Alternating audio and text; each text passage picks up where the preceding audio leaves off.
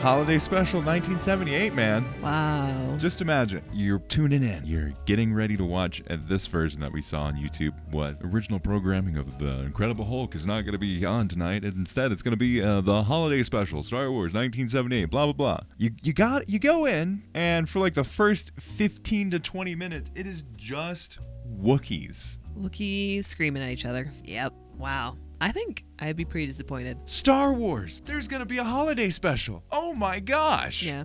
And no.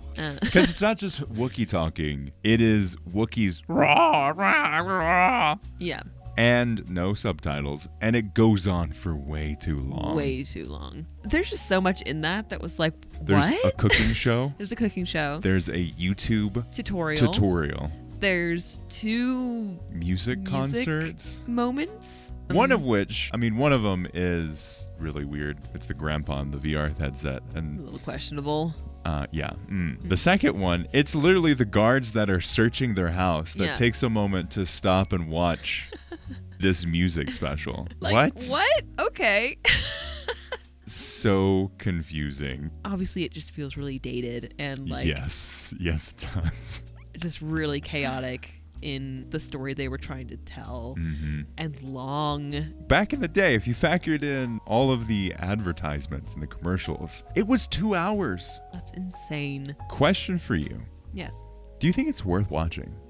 I would say parts of it are. I think if you're a Star Wars fan, you should watch it. You should at least watch it once. Yeah, watch it once, just so you know. Because it's this huge thing. It's this massive, cultural moment in Star Wars where George Lucas was not involved. This was very early on. It had the original cast, but it didn't have any of the original creative people. And I think it was like a contract piece. So I think it's good to be aware of some of the history around Star Wars, but don't expect anything great because it does live up to the hype around how bad it is.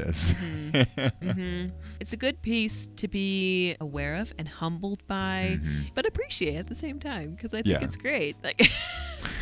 It's great for what it is and the time that it came out, and it's great. It's a hodgepodge of genres, animation, parody, music.